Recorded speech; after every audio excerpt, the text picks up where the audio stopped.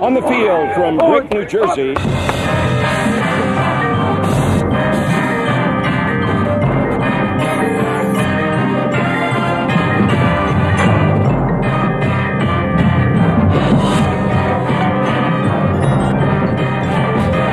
International is proud to present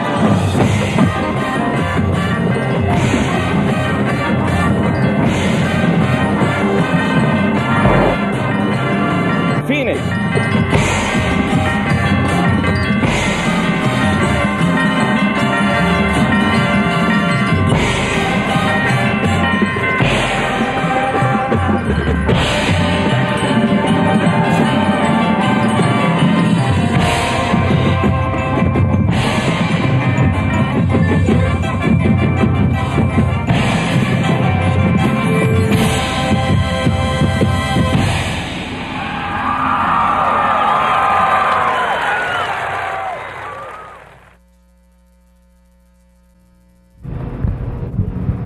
Quaint little quiet town.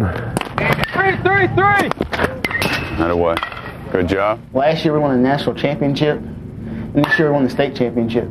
Outside, right center. This is our championship hat. It's been to Florida twice, it's been to Minnesota, and it's Norman going to Norman, Oklahoma. We're going to Oklahoma to win another one. I got it. There's a lot of talent out there in that field, and I've been lucky enough to coach them. If I was an opposing pitcher, I'd hate to throw it to ninth batter just as bad as I would the first one. It's been 2 years of just total fun. Get over there! So I told them if they won the national championship, I carry them to Hooters. Right side. It's just great. It's one word, great. Being with all you people you love out here and just having a good time. No.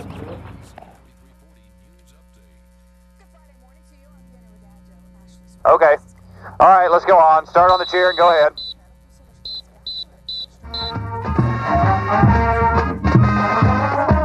A final practice before Wake Forest's last home game of the season. And the marching band is hard at work. Now we're getting closer. Okay?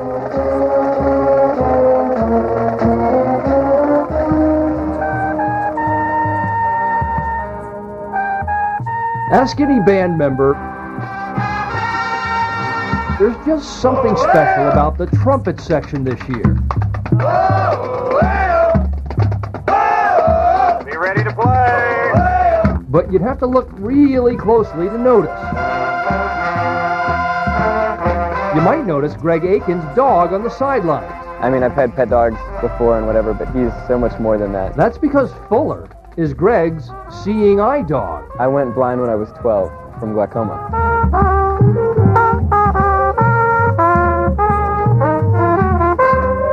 It was a big adjustment because, you know, little stuff I had to relearn how to do. You know, stuff like, you know, pouring your own cereal or, you know, something like that.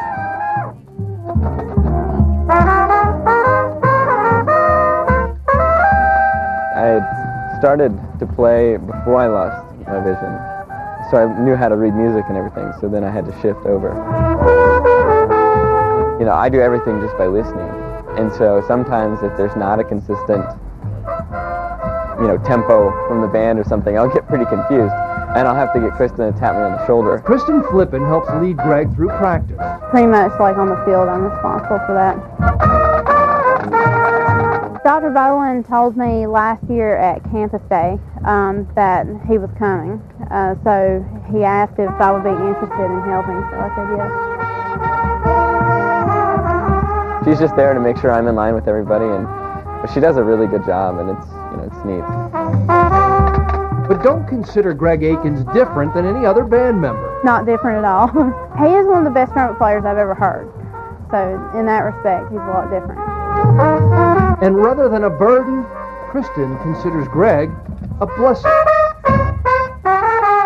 I have the utmost respect for him. I feel like I'm blessed to, like, having helped him. And what does Greg think of all the attention he's getting? I don't try and do anything special. I want to be just like anybody else. Do, you know, things that everybody else does, and, you know, I just don't give up when things get tough.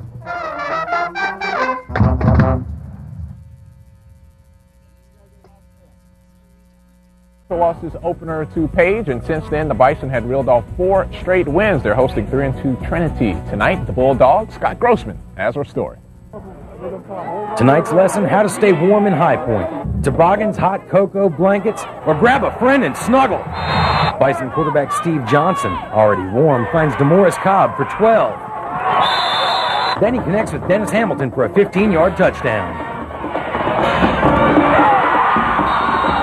Trinity's John McEachin enjoys romantic movies, stamp collecting, and 65-yard touchdown runs.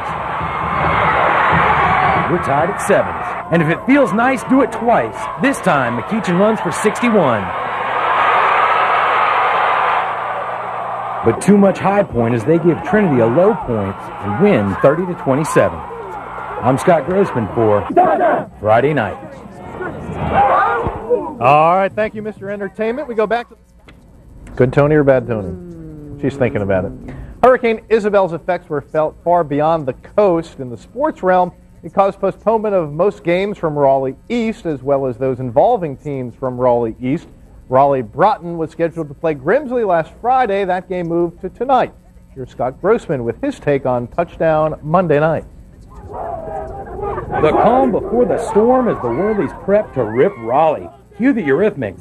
Here comes the rain again.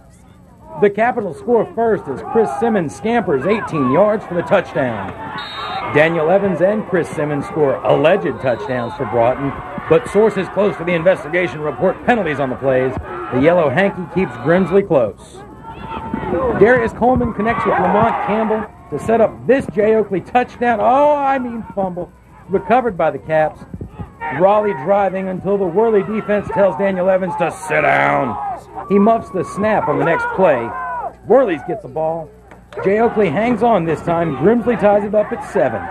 Closing moments of the first half, Broughton driving. Call Parker Hawkins the Jolly Green Giant because he kicks this ho-ho-ho three-pointer. 10-7 at the half. Broughton adds another long touchdown by Barry Dunn, and the Whirlies are done. They fall 17-7 and are now 2-4 on the season. Scott Grossman, WXII 12 Sports. Thank you very much, Mr. Scotty. And welcome back to Touchdown Friday Night. I'm Tolly Carr, the Parkland Mustangs, our team of the week. It's time for some 4A non-conference action out across the Triad. Bill Oakley takes his North Forsyth team back to his old stomping grounds at Davie County and Mount Tabor. Welcomes Halifax County to Spartanland. The world-renowned Scott Grossman has our story tonight. Nope, it's not shirts versus skins. It's homecoming at Davie County. The War Eagles hosting the Vikings from North Forsyth. First North drive, Chris Mack and Cedric Hickman run the ball. And when you establish the run, you can do this. Donald Page connects with Ray Edmond for the 53-yard touchdown.